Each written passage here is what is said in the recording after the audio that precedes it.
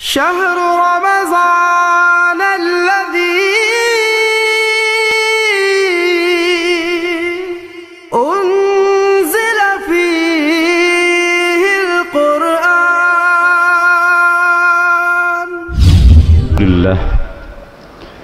الحمد لله رب العالمين وبه نستعين على أمور الدنيا والدين والصلاة والسلام على أشرف الأنبياء والمرسلين وعلى آله وأصحابه ومن تبعهم بإحسان إلى يوم الدين. سبحانك لا علم لنا إلا ما علمتنا إنك أنت العليم الحكيم. رب اشرح لي صدري ويسر لي أمري واحلل عقدة من لساني يفقهوا قولي. Jamaah salat subuh yang dimuliakan oleh Allah Subhanahu wa taala. Bismillahirrahmanirrahim. Assalamualaikum warahmatullahi wabarakatuh.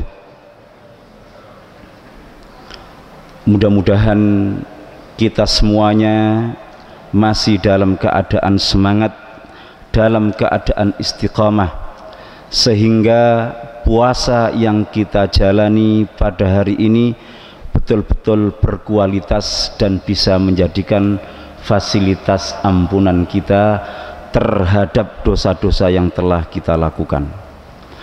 Para jamaah yang dimuliakan oleh Allah Subhanahu wa taala, Rasulullah sallallahu alaihi wasallam pernah menyampaikan di dalam sebuah riwayat tentang alasan kenapa beliau diutus menjadi seorang nabi ataupun seorang rasul. Rasulullah sallallahu alaihi wasallam bersabda, "Innama bu'ithtu liutammima salihal akhlaq." Ada riwayat yang lain, "Innama bu'ithtu liutammima makarimal akhlaq." Sesungguhnya saya ini diutus tidak lain diantaranya liutammima, untuk menyempurnakan salihal akhlaq, akhlak yang mulia, makarimal akhlaq, akhlak yang mulia. Di dalam menyempurnakan akhlak ini, Rasulullah sallallahu alaihi wasallam memberikan sebuah indikator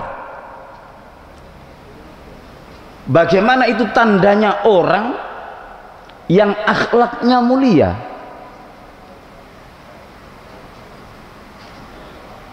Beliau menyampaikan, akmalul insani imanan ahsanuhum khuluqan. Di antara tanda kalau iman seseorang itu sempurna, ahsanuhum khuluqan, akhlaknya itu baik.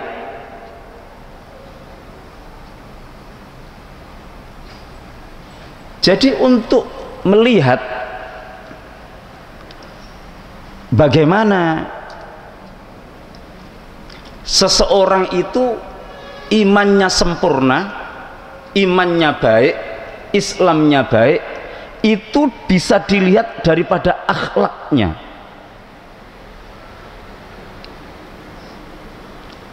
Kalau akhlak orang itu selalu menzalimi orang lain, kalau akhlak orang tersebut selalu merugikan orang lain, kalau akhlak orang tersebut selalu menipu, mendurhakai janji-janjinya sendiri, maka sesungguhnya meskipun orang itu bersumpah bahwasanya dia muslim, dia mukmin, akan tetapi kualitas imannya, kualitas Islamnya terpancar dari akhlaknya itu sendiri.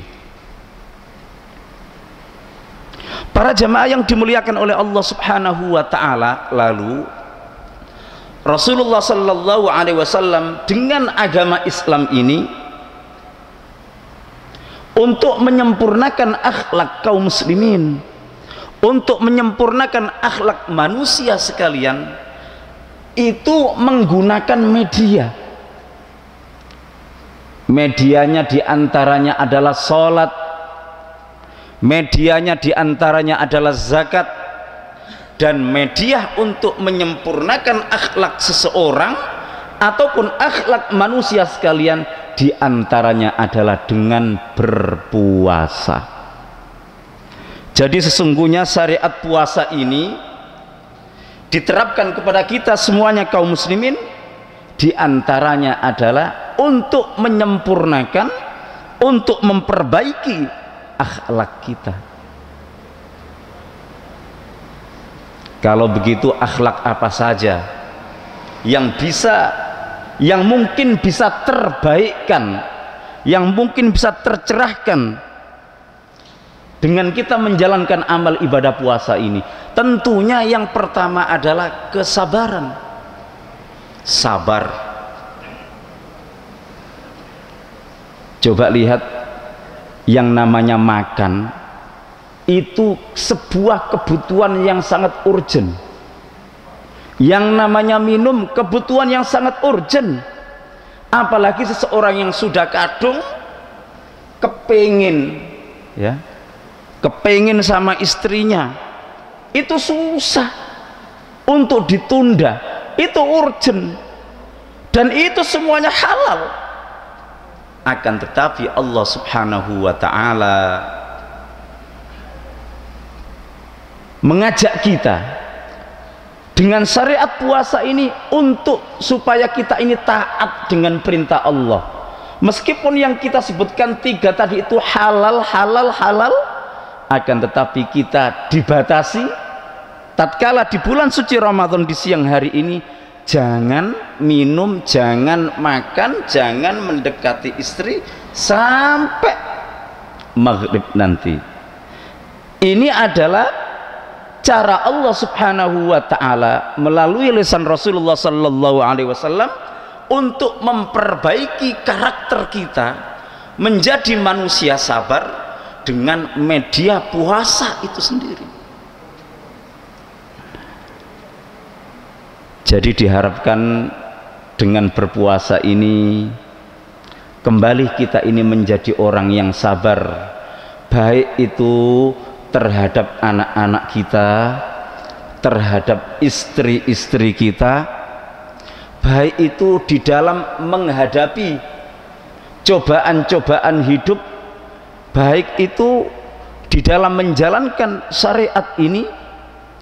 Kita perlu untuk menjadi manusia yang bersabar, karena sesungguhnya as-sabru yu'ainu ala kulli amalin.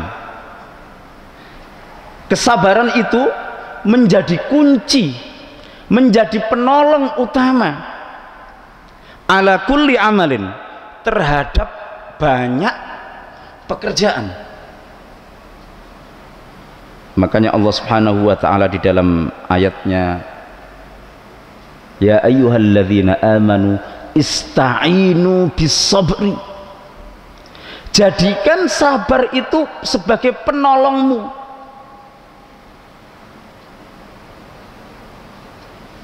Jenengan pulang habis subuh ini ngantuk-ngantuknya, ternyata di rumah istri nyetel murattal sekencang-kencangnya. Nah, padahal jenengan ngantuk-ngantuknya ini. Waktu berbuka sudah lapar-laparnya, ternyata waktu diicipin tidak sesuai dengan standar selera panjenengan. Ini semuanya menuntut kita untuk bersabar. Lalu apakah tatkala negara kita ini dizalimi oleh orang, tatkala kehidupan kita disistemkan untuk semakin miskin, apakah kita harus bersabar? Betul, kita harus bersabar. Akan tetapi sabarnya bukan berarti kita dengan berpangku tangan, dengan zikir-zikir saja, tidak. mendapatkan negara kita dalam keadaan terus dizalimi, kehidupan kita terus disistemkan untuk semakin miskin, maka kita dituntut untuk merubah, untuk melawan segala bentuk kezaliman yang ada. Ujian yang kita hadapi sekarang ini yang menuntut kesabaran belum sampai pada gesekan fisik. Maka dengan apapun yang kita bisa melakukannya, kita ini diminta untuk ikut andil untuk memperjuangkan masa depan agama dan masa depan NKRI yang kita cintai ini. Dahulu para sahabat itu tatkala di bulan suci Ramadan ini diajak Rasulullah Sallallahu Alaihi Wasallam untuk apa? Untuk berperang. Perangnya perang fisik yang dihadapi betul-betul manusia yang bersenjata, pasukan yang jumlahnya jauh lebih besar.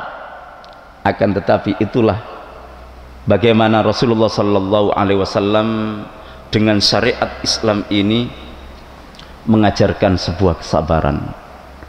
Jadi akhlak pertama yang ingin disempurnakan oleh Allah Subhanahu wa Ta'ala melewati puasa ini, supaya kita ini menjadi pribadi yang sabar pada tempatnya, bersabar dengan sesuai apa yang menjadi standaritas agama. Kalau panjenengan tidak bersabar, niscaya tidak akan diberikan oleh Allah Subhanahu wa Ta'ala pahala yang tiada batasnya. Makanya Allah Subhanahu wa Ta'ala berfirman, innama yuwaffas sabiruna ajrahum bighairi hisab. Sesungguhnya orang-orang bersabar itulah, hanya orang-orang yang bersabar itulah yang kelak akan diberikan pahala tanpa ada batasnya. Makanya kesabaran itu tidak ada batasnya. Jangan kita bercakap ya sabar, tapi kan ada batasnya. Yang berbicara seperti itu tidak akan diberikan pahala yang tiada batasnya. Hal yang kedua, para jamaah yang dimuliakan oleh Allah Subhanahu wa Ta'ala, yang ingin diajarkan, yang ingin disempurnakan dari karakter kita melalui puasa ini, yaitu untuk menjadi pribadi yang jujur. Kita tadi sama-sama tidak tahu keadaan kita masing-masing. Entah ada yang masih minum, ada yang masih makan, habis azan itu tidak ada yang tahu. Panjenengan pulang habis subuh sampai di rumah, orang rumah tidur, jenengan sarapan lagi, juga tidak ada yang tahu. Jadi betul-betul puasa di bulan suci Ramadan ini menuntun kita untuk menjadi pribadi yang jujur.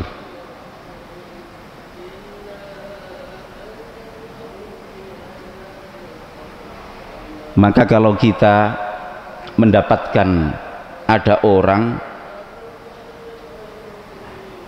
yang secara puasa dia sudah menahan makan, minum, tidak mendekati istrinya, akan tetapi mulutnya itu masih bosok, komentar tidak baik, ngomong dusta, falaisa lillahi hajah fi ayyada'a ta'amahu wa sarabah.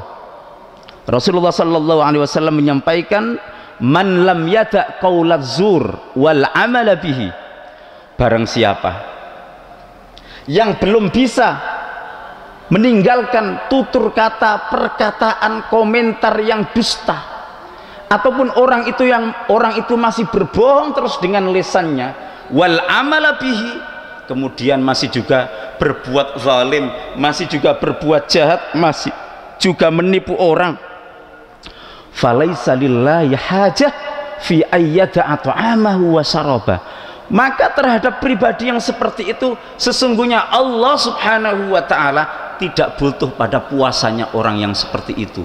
Itulah yang dinamakan amilatun nasibah, orang yang puasa tapi hanya dapat capeknya saja, laparnya saja, tetap saja dia dimasukkan ke dalam neraka.